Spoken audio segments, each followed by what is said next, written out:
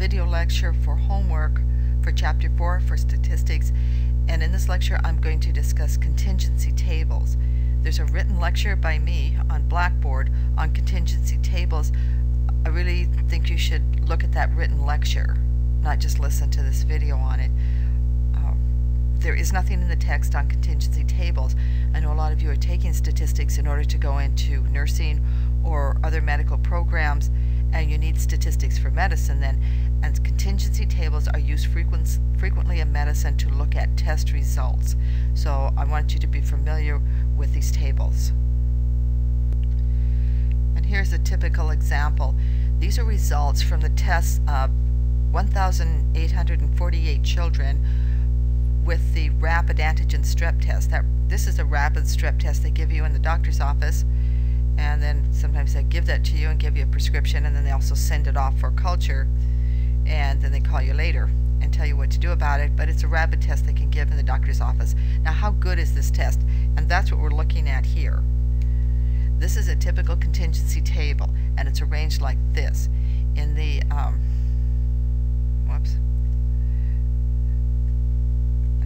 in the first or second column, you write the people who have the disease and the people who do not have the disease. Here I've put, this is where they have the disease, in this case strep, and here where they don't have it.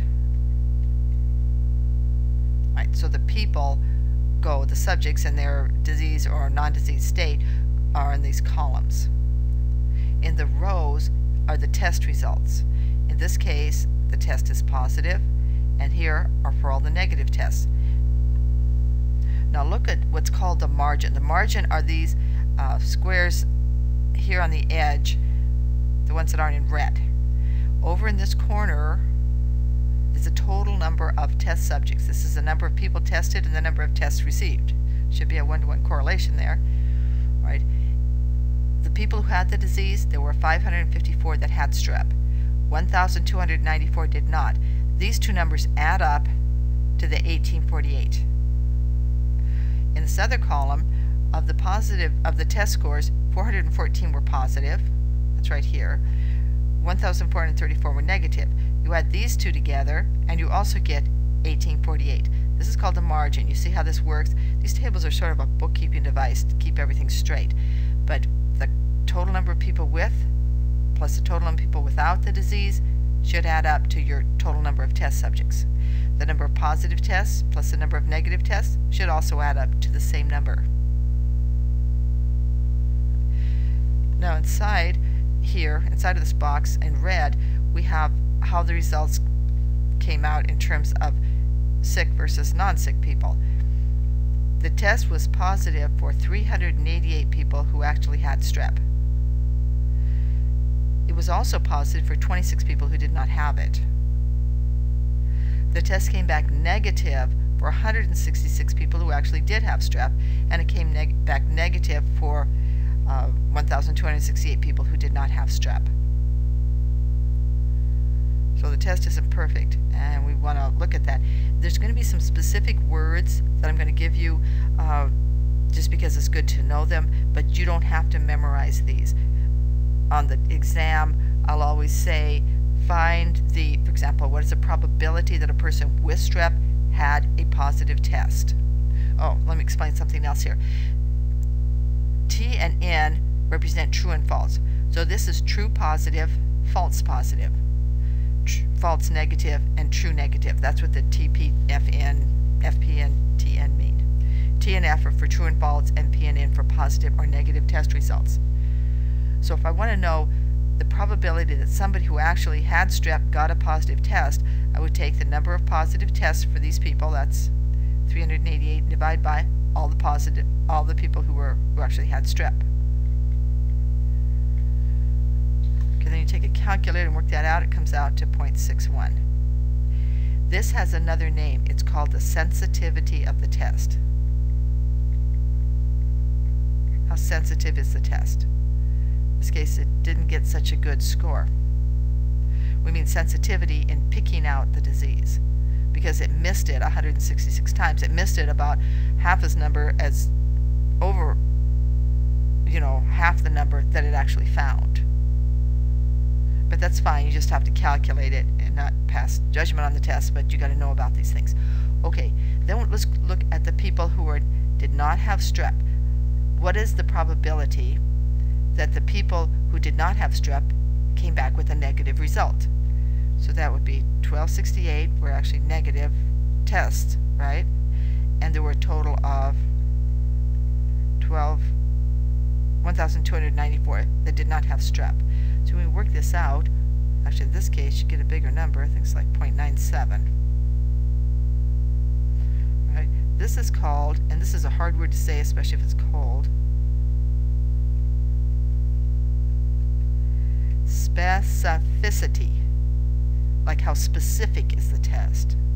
Specificity, and that's almost a hard word for, especially for people whose first language is Fortran. Again, you don't have to know sensitivity and specificity, but later on, when they come up in medicine, and you hear about them, then at least you've heard them once.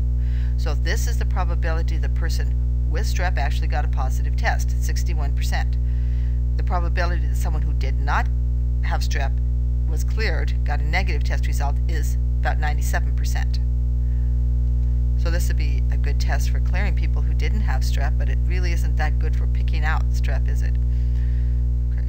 So that has to do with these columns. Now we're going to have, we're going to look the other direction. We're going to look through the rows now. I want to see how many of the positive test results were actually valid. That means how many true positives are there compared to all the number of positives that came back. So that would be 388 divided by 414. And you work that out and you get something like, well, I'll put in percent. This has another name. It's called a positive predictive value, PPV, positive predictive value. And this is actually the probability that the person with a positive result actually was sick. So if you got a positive result, you're pretty sure that you have strep.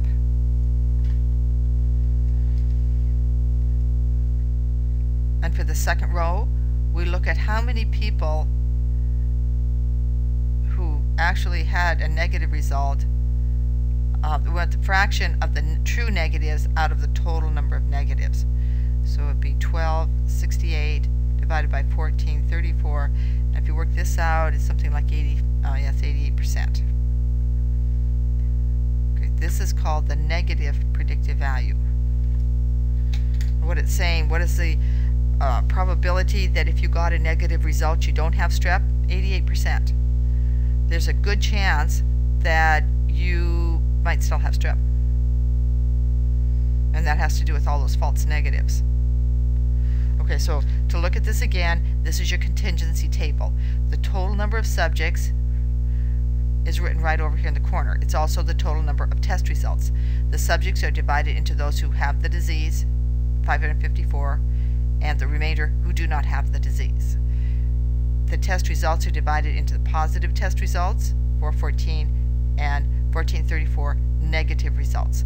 Both of these sum to that total number of 1848 because you have one person, one test. That's how that works. Inside of the contingency table on this inner group here, the positive and negative test results are split into people who actually were sick and people who weren't sick. And if you have a positive result for a sick person, that's called a true positive. If you have a positive result for someone who isn't sick, that's called a false positive. And that's your row number 1. Here are your true positives, here's your false positive. If you have a negative result for someone who is not sick, that's a true negative. But if you have a negative result for someone who actually is sick, that's a false negative. And now looking at this table, you calculate various probabilities. The sensitivity of the test is the number of true positives divided by the number of people who are sick. In that case, it was 61%. Okay. The second column, you're calculating the specificity of the test, and you look at the total number of true negatives over all the number of people who were not sick. In this case, it's 97%, which is pretty good. Going along the rows, the fraction of total positives over, total true positives divided by the total number of positive tests gives you your positive predictive value. You take the true negative and divide by all the negative test results, you get the negative predictive value.